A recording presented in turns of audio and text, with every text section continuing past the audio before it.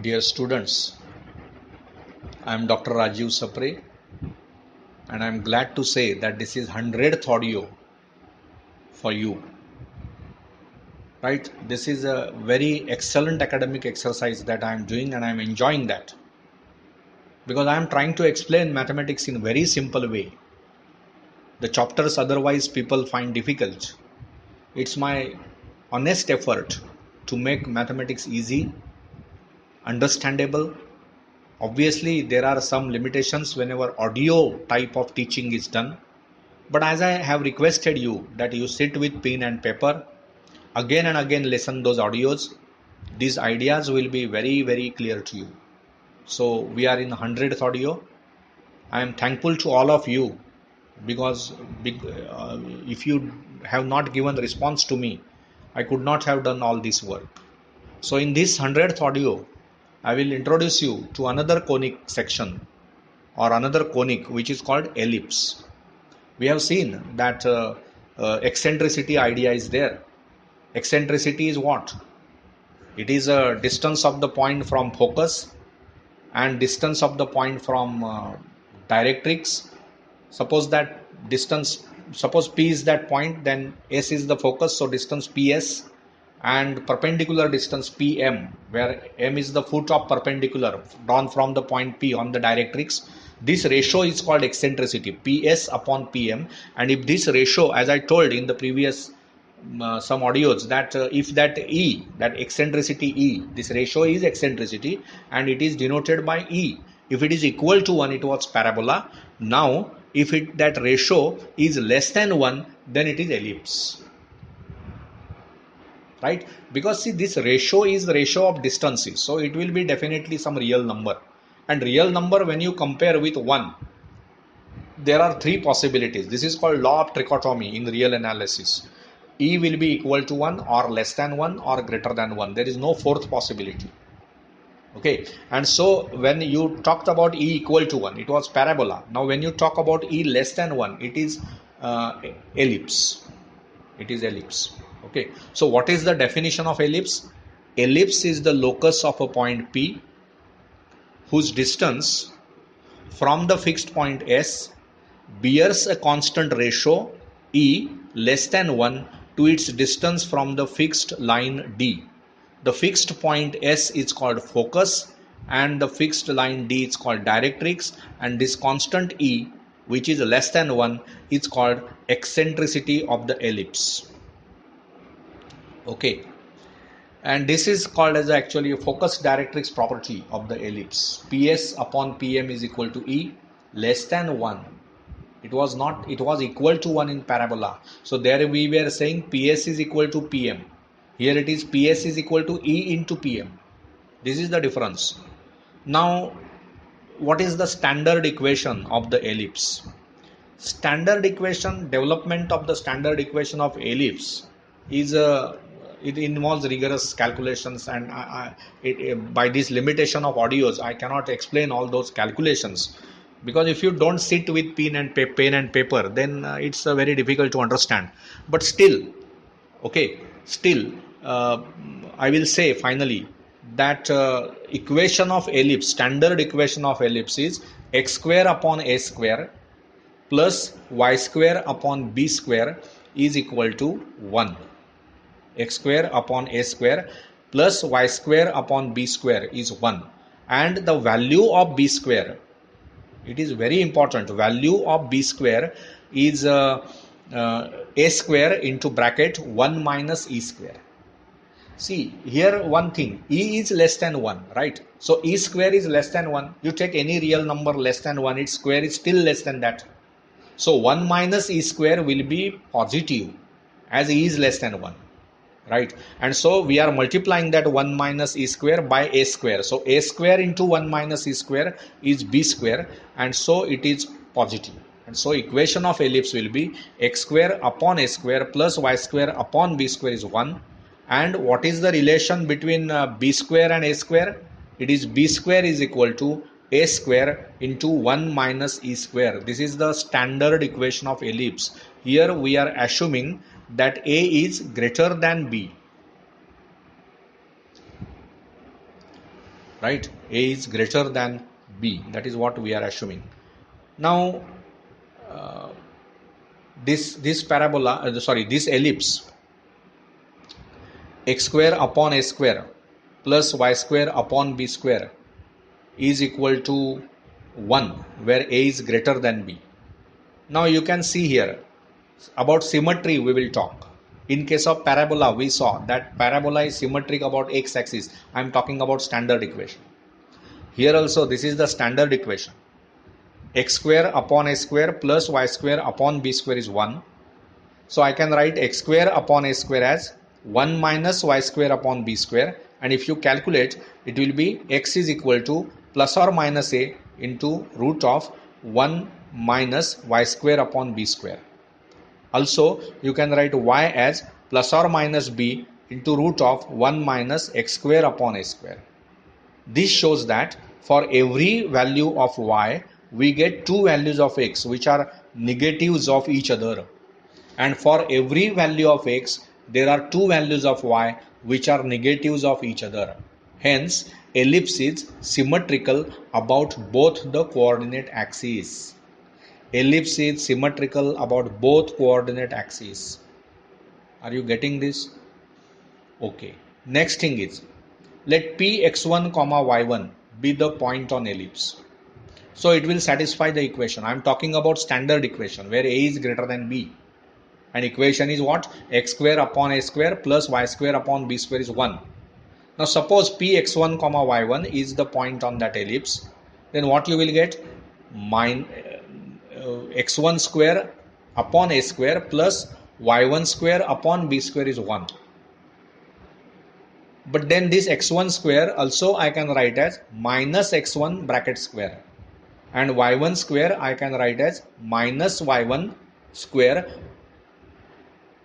And so the equation becomes minus x1 bracket square upon a square plus minus y1 bracket square upon b square is 1. This shows that the point Q minus x1 comma minus y1 is also on the ellipse.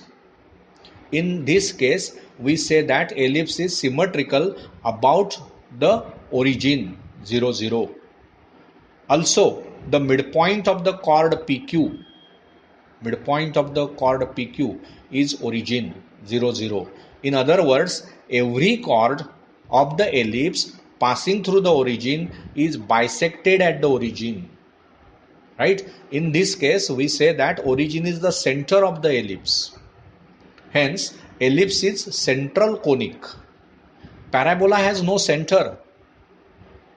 Very important, parabola has no center. Ellipse has the center. Okay, hence ellipse is called central conic and parabola is called non-central conic. Rarely this is told, but this is very important. There is a center to ellipse. There is no center to parabola. Generally, center we can think of center whenever figure is closed. Circle is closed figure, ellipse is closed figure, parabola is open figure. So there cannot be center. Because generally idea of the center is equidistance. Points on the circle are equidistant from the center. Like that. Okay. So this is about parabola. It is a non-central conic and ellipse is a central conic. And what is the center of the ellipse? Origin. And one thing, very simple to understand. You can visualize also. What is equation of ellipse? X square upon a square plus y square upon b square is 1. If that b square is made as a square, that means if you think that a and b both are equal, okay, then what will be your equation? X square upon a square plus y square upon a square is 1. So if you simplify, it is x square plus y square is equal to a square. So it becomes a circle. So circle is a special case of ellipse. Circle is a special case of ellipse when in the equation of the ellipse x square upon a square plus y square upon b square, we take both a and b equal, then it becomes a circle.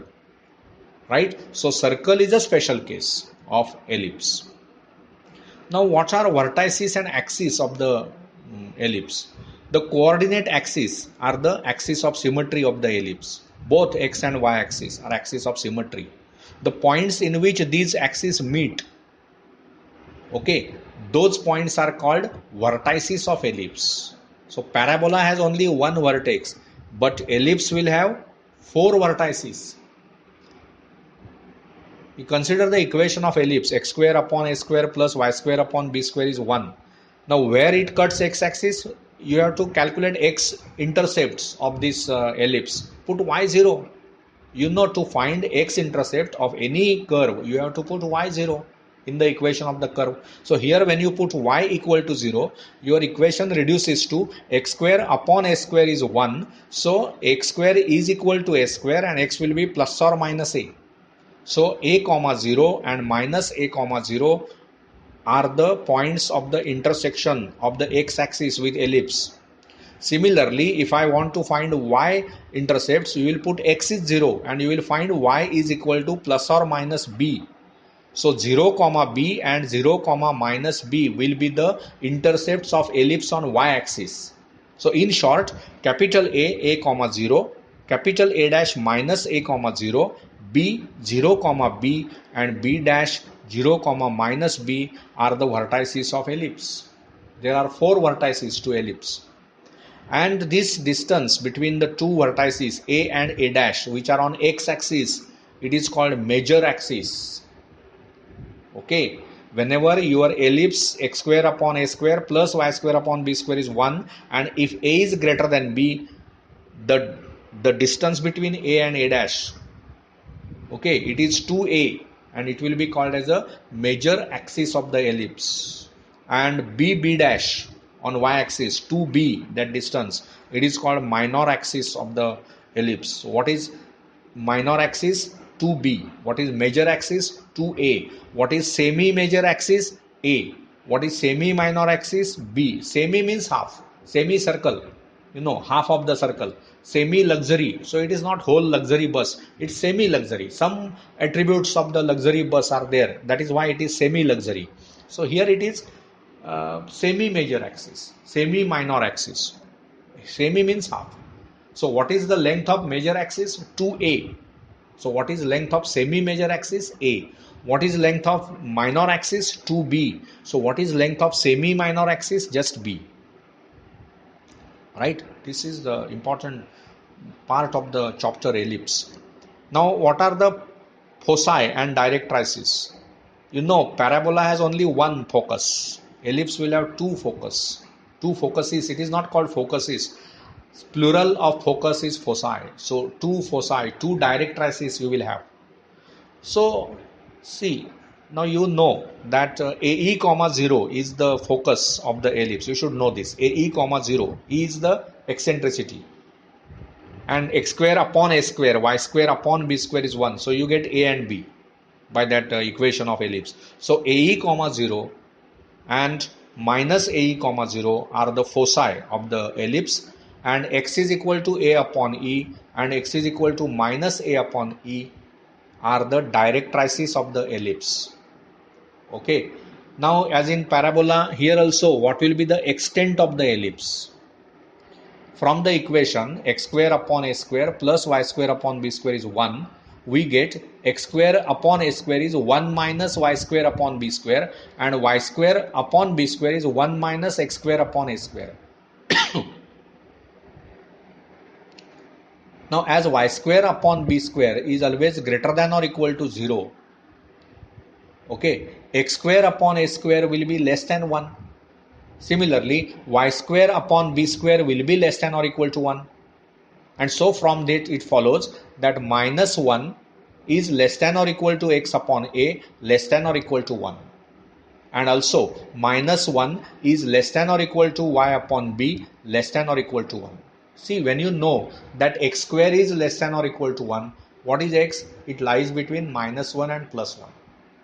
So minus 1 less than or equal to x less than or equal to 1 whenever x square is less than or equal to 1. Similarly here x square upon a square is less than or equal to 1. So we can say minus 1 is less than or equal to x upon a less than or equal to plus 1. Similarly minus 1 is less than or equal to y upon b less than or equal to plus 1.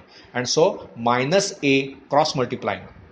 we get minus a less than or equal to x less than or equal to plus a, and also minus b less than or equal to y less than or equal to b, where x comma y is any point on that ellipse. This shows that no point of the ellipse can lie on the left of the line x is equal to minus a or to the right of the line x is equal to plus a. It also cannot lie below the line y is equal to minus b or above the line y is equal to b. In other words, ellipse is a closed curve lying between the lines x is equal to plus or minus a and y is equal to plus or minus b. Remember, x is equal to plus a, x is equal to minus a are lines parallel to y-axis. Y is equal to plus b, y is equal to minus b are lines parallel to x-axis. So these four lines will form the rectangle and ellipse is inscribed in that. So this is the extent of the ellipse. I hope you understood. These are the basic ideas of ellipse that we are discussing. Okay, so more about ellipse we will discuss in some further audios. I hope you enjoyed this 100th audio. Thank you.